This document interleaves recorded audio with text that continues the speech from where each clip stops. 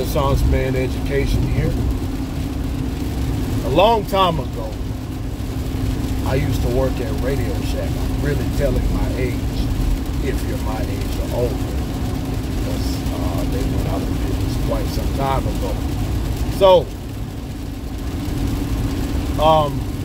I was a college student. I think I was 18, maybe 19, right before I stopped going to college for a moment to pursue ventures in real estate. And there was a regular crew that worked at this particular store, and we'd have some people who would come and go. I was a college student. I didn't plan on staying there forever. There was one guy who was ex-military, and some other guys who worked there part-time. I called myself being irresponsible and chasing females instead of going to class. And I actually lost all my scholarships, and I wound up having to work full-time because when I was at a school called, well, I don't know if I'll go into names, but I was at one college in North Louisiana. There was nothing to do there but go to school. I made straight A's there. But I wanted to come home. I wanted to be with all my homeboys where I felt like I belonged at.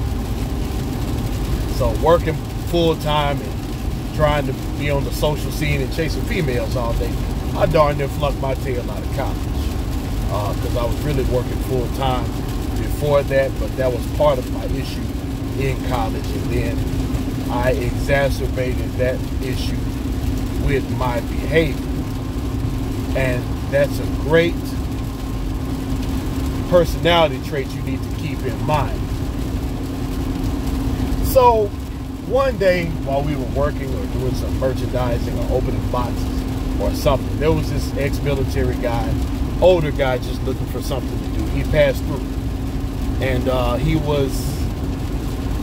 asked him if I could borrow his pocket knife to open a box, and he said, "Young man, you're never supposed to trust a man who doesn't carry a pocket knife." But here, I laughed. We all laughed. He even laughed a bit. But in humor, in anybody's jokes, there's some truth. And he was right, because I was carefree, and I'm still handsome, but I was young and handsome, and all this good stuff, and making all types of mistakes left and right. And I had no clue of what he was talking about. I was in South Louisiana at that time. Later on in life, I ended up moving back to North Louisiana. And there's a much more practical way of living in the rural parts of North Louisiana.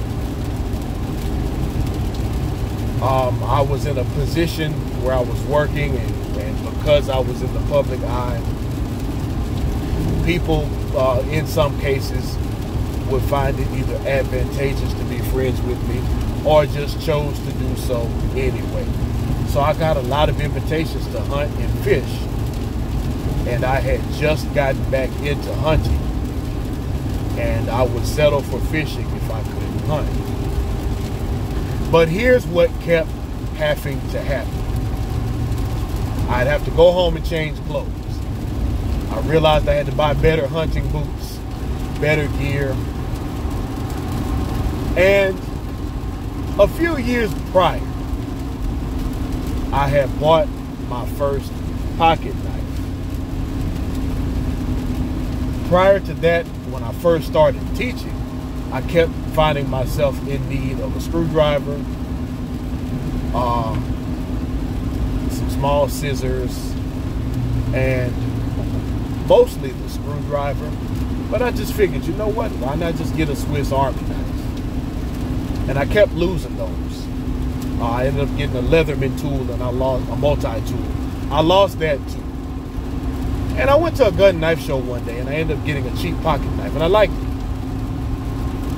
because it was cheap, it didn't last long. The pocket clip came unscrewed, and all the coloration came off of. It had some inlays which came out. If you don't know what an inlay is, they make sections in the knife where you can put an abrasive material, kind of like skateboard tape or 3M tape, or almost like even maybe more so like sandpaper, so your knife doesn't slip out of your hand. And when I started hunting, I realized, okay, I need a different type of knife.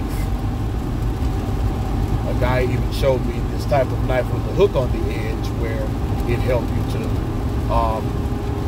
dress a deer. If you don't know what dress means, that means to take its skin off of it. So I found myself buying knives, and I found myself using knives. I found myself having to be much more practical of a man. Life was less about play at that time because I was married and I had a child, and life got a whole lot more serious. I had a lot more things to fix. I had a lot more responsibility. And even the type of activities I took part in as far as leisure was concerned, I was either lifting weights, riding four-wheelers, hunting, or fishing. And I found myself carrying pocket knives. But you know what? I realized I was a much more reliable individual by that time in life. And to this day, I have not gone, unless I'm at work where there's limitations on knife carry and things of that nature. My day job, at least. When I'm operating the family business that my mother owns and I operate on her behalf. Learn the difference between owning and controlling. Some of you out there may understand that, but anyway, it's my mom's, it's our family business. But I tell you, I find myself not only carrying knives. This is a Kershaw Blur, as you can see with the assisted opening. You can see the wear and tear on this particular knife. It used to be all black, and I'm gonna go ahead and refinish it midnight black, but now it's got some wear marks on it because I carry it and use it daily. The reason I think that quote, "Don't trust a man who doesn't carry a pocket knife," that man didn't wake up thinking about responsibility. He didn't think about fixing anything. Probably didn't think about helping anyone. And if you really think about it, he probably ain't got no tools to help himself if he's in a jam. Back then, I used to wear Jordans and jewelry and gold chains, and I needed the newest car and the newest shoes and newest clothes and a bunch of junk that don't matter. I was young, naive, careless, irresponsible, and wasn't of much utility. Now, am I telling you that you need to go and carry a knife? Yes and no. And I'm not advocating, we're not talking about self-defense or weapons. I do suppose you could use a knife for that, but so could a pencil. So we're not going to go there. That's not really what this channel is for. But what I am going to say is this.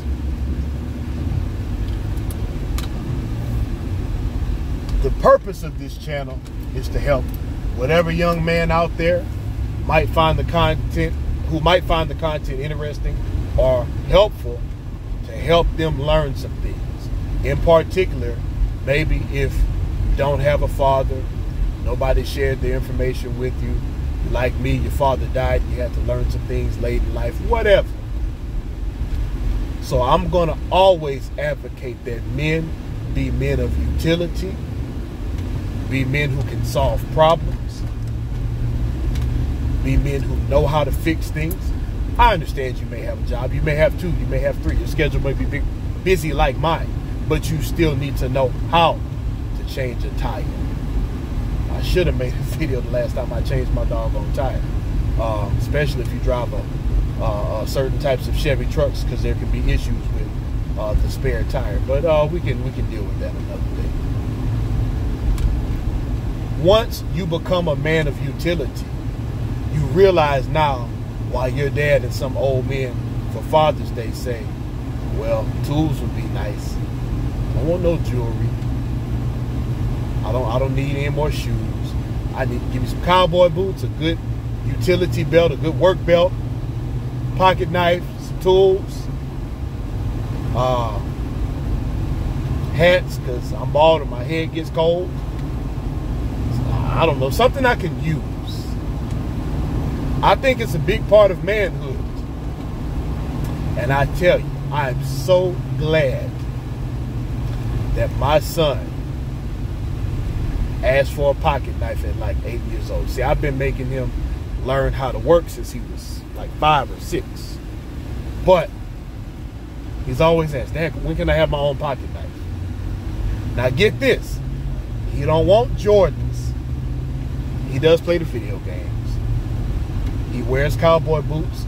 He does work. I've on paper opened the lawn company for him. I'm just helping him perfect his craft. But he's a young man of utility. I understand why my dad used to make me work. He didn't make me hunt and fish, and I wish he did. I really wish he did. Fathers out there, now this is for you. This whole thing where we tell our boys, oh man, I want your life to be easier than Dad had. Life was rough. I want you to have the things I didn't have. That's a recipe for disaster. You're going to create a spoiled brat, or at least run the risk of it. Man, make that joker work. Make him earn things. Make him earn money. And the money he earned, make him spend it, so he got to earn some more money. Make sure he's a man of utility. Looking back, if I could look on my younger self, if I met my younger self today, I would think, well, that's a young man who's got some things to learn. That's a young man who would have to ask if he's got to move something heavy. You have a truck? Can you bring your truck to my house and help me? Can I borrow some tools? Can you show me how to fix this? And granted, that's not a bad thing. Let me go change my Jordans and then put my boots on. Back in the day, I ain't had no boots no way. I ain't had no work boots. My dad used to make me wear them when I was little. I got to the point I just wear old tennis shoes to mow the lawn and do certain things in. But now, I think more about things that matter. Being a man that carries a pocket knife is a metaphor for life. Now, I'm just curious because I did a boot video and I got some views on it. I like boots. I like watches. This is one of my G-Shocks. That's a G-Shock Range Man. I like knives. I like tools.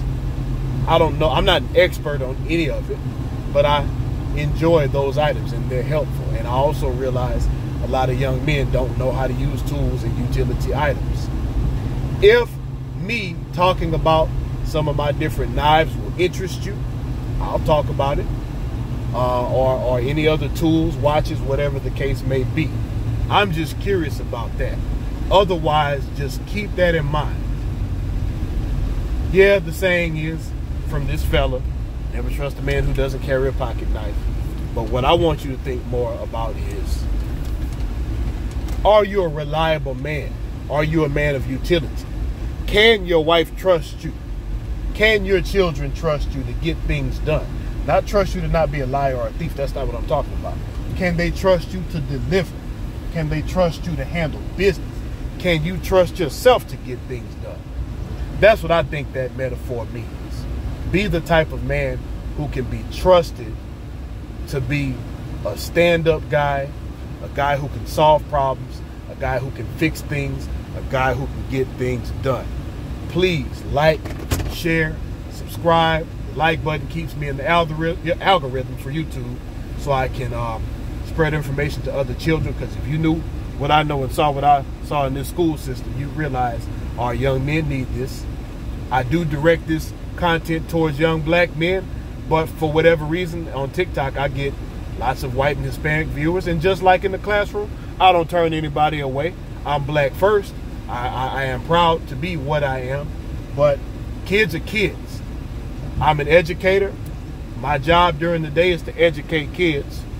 Fine, whoever watches, so forth and so on, but do hit the like button. Do comment. Do ask questions. If you're a man who has some knowledge, pass it on. And share the information, because there's lots of kids out here who can use it. Renaissance Man Education, thank you so much for watching. Have a good day.